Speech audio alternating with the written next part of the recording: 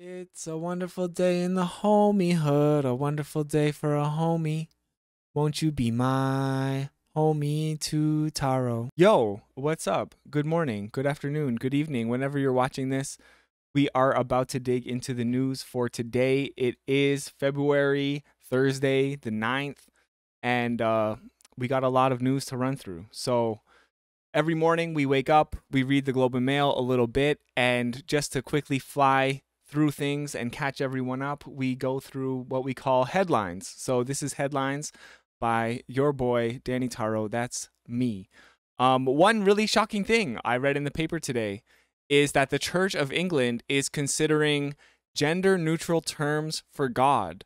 So if you're unaware, God is actually a trans person. And even the officials from the church are saying that God is neither male nor female. So this is kind of like shocking and amazing. I think that the church is coming out with this statement. Obviously, it is a weird juxtaposition between like the LGBTQI plus community and the Catholic Church, which traditionally is more of a conservative ideology. So it's really interesting. And I genuinely hope that a lot of people are really, really upset that the Church of England is doing this. So exciting. In really sad news here in Canada, there was a bus crash and it crashed into a daycare in Laval, Quebec. So that was really, really sad. 51-year-old man has been charged with first-degree murder. 2 children have passed away, and there are other maybe 6 children who are in hospital right now. Here's a picture of the man. Apparently, after the crash, he came out of the bus and he immediately started taking his clothes off. So there's definitely something going on there. I don't know if it was mental health or substance abuse, but obviously this is a terrifying event. And you know, anytime children are involved in an accident like this, it's super sad. So our thoughts go out to the parents and the families and really anyone who's been shaken by this horrible event. On the war front between Ukraine and Russia, Britain is now signaling that they might send fighter jets to Ukraine. So this is considered kind of like an escalation in the war.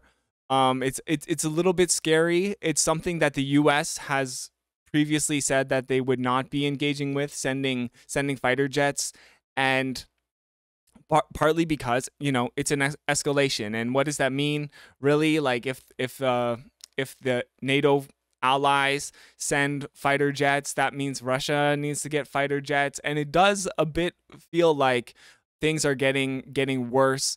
And is it just a matter of time before somebody says, well, I guess we're sending Ukraine nukes because Russia has nukes? It does just seem like, hey, when is this conflict going to end? Is it really going to end through escalation?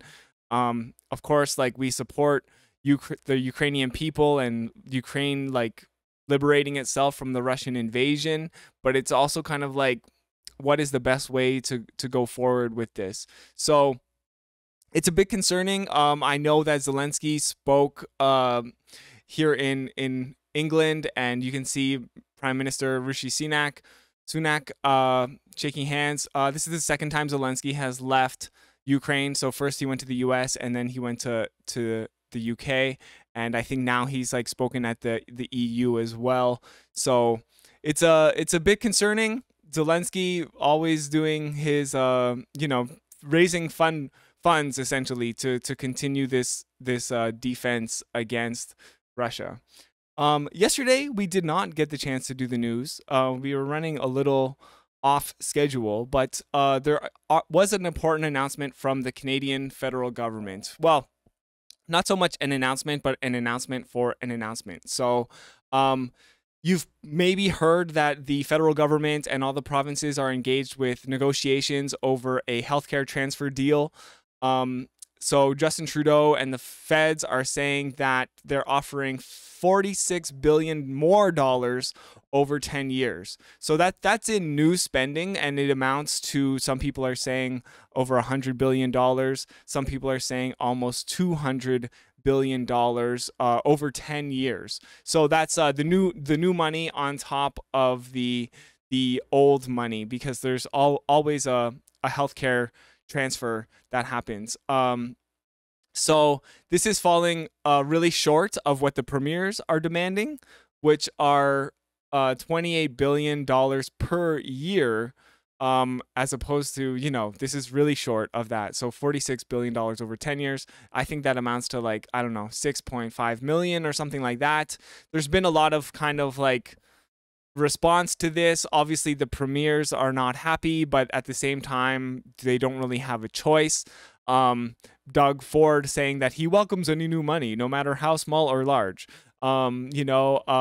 Quebec obviously says that, this amount of money that is going to be divided amongst the provinces is how much he might expect just for Quebec alone per year.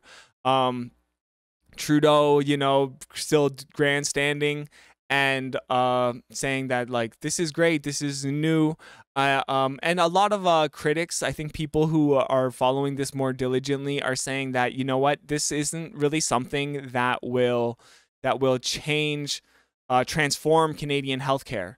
So we shouldn't really expect that. This is, although it sounds like a lot of new spending, what we're most likely going to see is business as usual.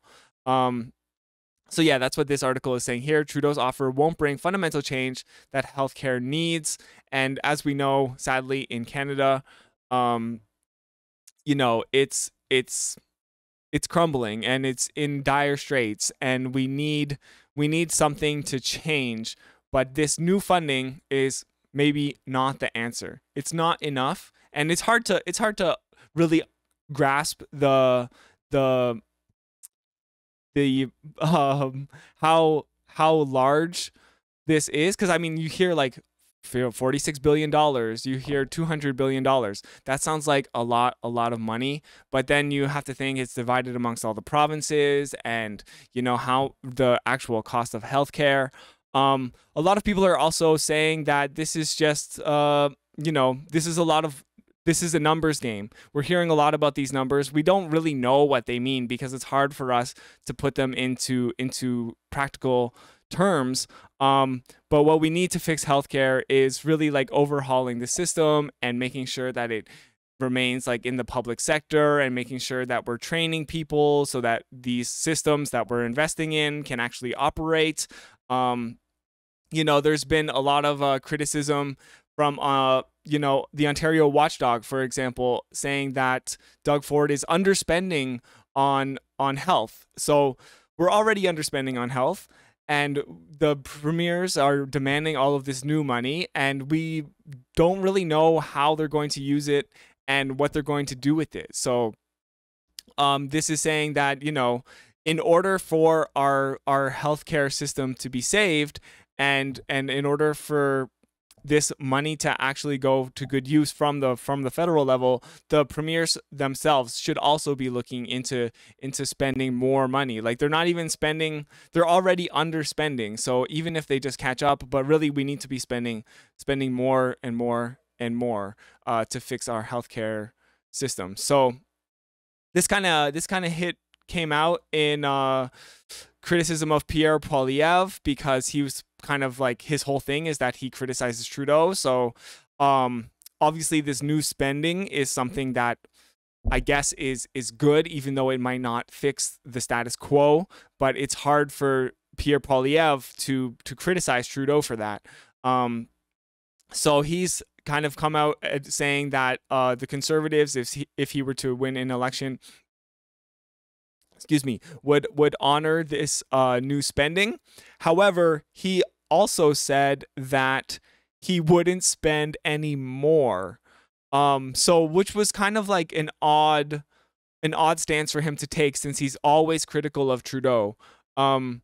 He's, healthcare is broken, says Pierre Poilievre, and the federal government is broke, he said. Obviously, a future conservative government led by myself will keep in place these additional sums and honor the commitments made yesterday.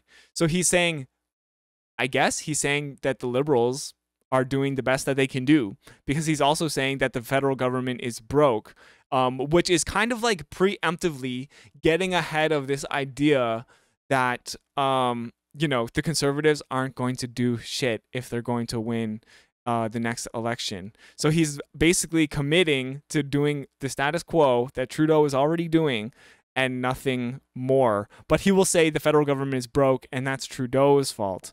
So it really just seems like he's getting ahead of the narrative here.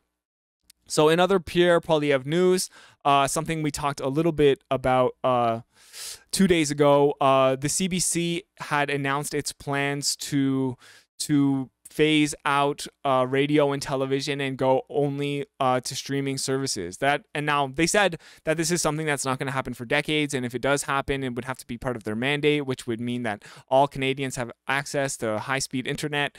And so basically, this isn't really something that's happening, or it's definitely not happening yet. But part of that was like defending themselves against the CBC bashing that always goes on.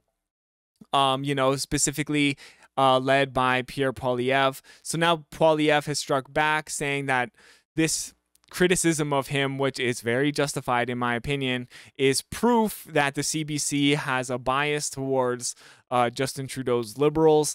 And it's kind of just all of this like grandstanding. It's really frustrating, annoying. Nobody really cares. CBC rightfully like, if you want to criticize CBC, like maybe like they're going to criticize you back. It's not that they were criticizing you over anything, simply stating the fact that, hey, you're always criticizing them. And instead of defunding the CBC, they actually need more money in order to continue all of these services like radio, television, and all the online stuff they do, all the drama, entertainment stuff that they do. So they've expanded that over, I think, like 30 years, but they haven't really seen additional funding for that. So I don't know. Pierre Poilievre here doing the whole Trump thing, saying that mainstream media is evil, not to be trusted. We need to defund it. We need to pull away from it. And, it just seems like more Pierre Poilievre, like trying to make an enemy out of anything. If you really objectively take a look at mainstream media, you will know that, yes, they do have a Justin Trudeau bias because he's the current prime minister. But if Pierre Poilievre were the prime minister, you know what? They would probably have a Pierre Poilievre bias. Like, they are kind of just establishment bias, if not neoliberal bias. So speaking of neoliberalism, we are transitioning into a green economy because we are obsessed and addicted to capitalism. So Canada's EV revolution has a problem, and it's not enough skilled labor to support it. So a problem that we're seeing just about everywhere is, hey, we want to do all these things. We want to invest. We want to transition. But also we don't want to like educate our population, and we don't want to support workers, and we don't want to allow them to have unions. So kind of all these interesting things coming to a head here, because like there is this capitalist desire to transition into this quote unquote green economy. They want to do a bunch of mining in northern Ontario. They want to start making these electric battery powered cars. And, they're saying that they just don't have the workers, specifically because part of this sector is a lot of it is more technological than it used to be. So it's not just manual laborers, but people with like university educations, and they're not sure that Windsor, Ontario specifically, where a lot of this action is going to take place, is equipped to be making these vehicles. So it's just like a bump in the road here. I guess we'll see how the Ontario and Canada and international partners through these vehicles are going to handle it. Personally, I think it's, I think it would be great if Peterborough, aka Electric City, where we're streaming out of, could get like in on this action, because I mean, as much as I can be critical of it, it would be something that would be good for Peterborough and like creating these jobs, creating these like good jobs. So I don't know, Peterborough City Council, can you do anything about that? All right, and that is our news for today. We do this every weekday morning, well, except for yesterday, which we missed. But if you made it this far in the video, please like, please subscribe. We are almost at 200 followers still. I feel like I've been saying that for days, and it's you out there listening who is stopping us from reaching that goal. So thank you so much.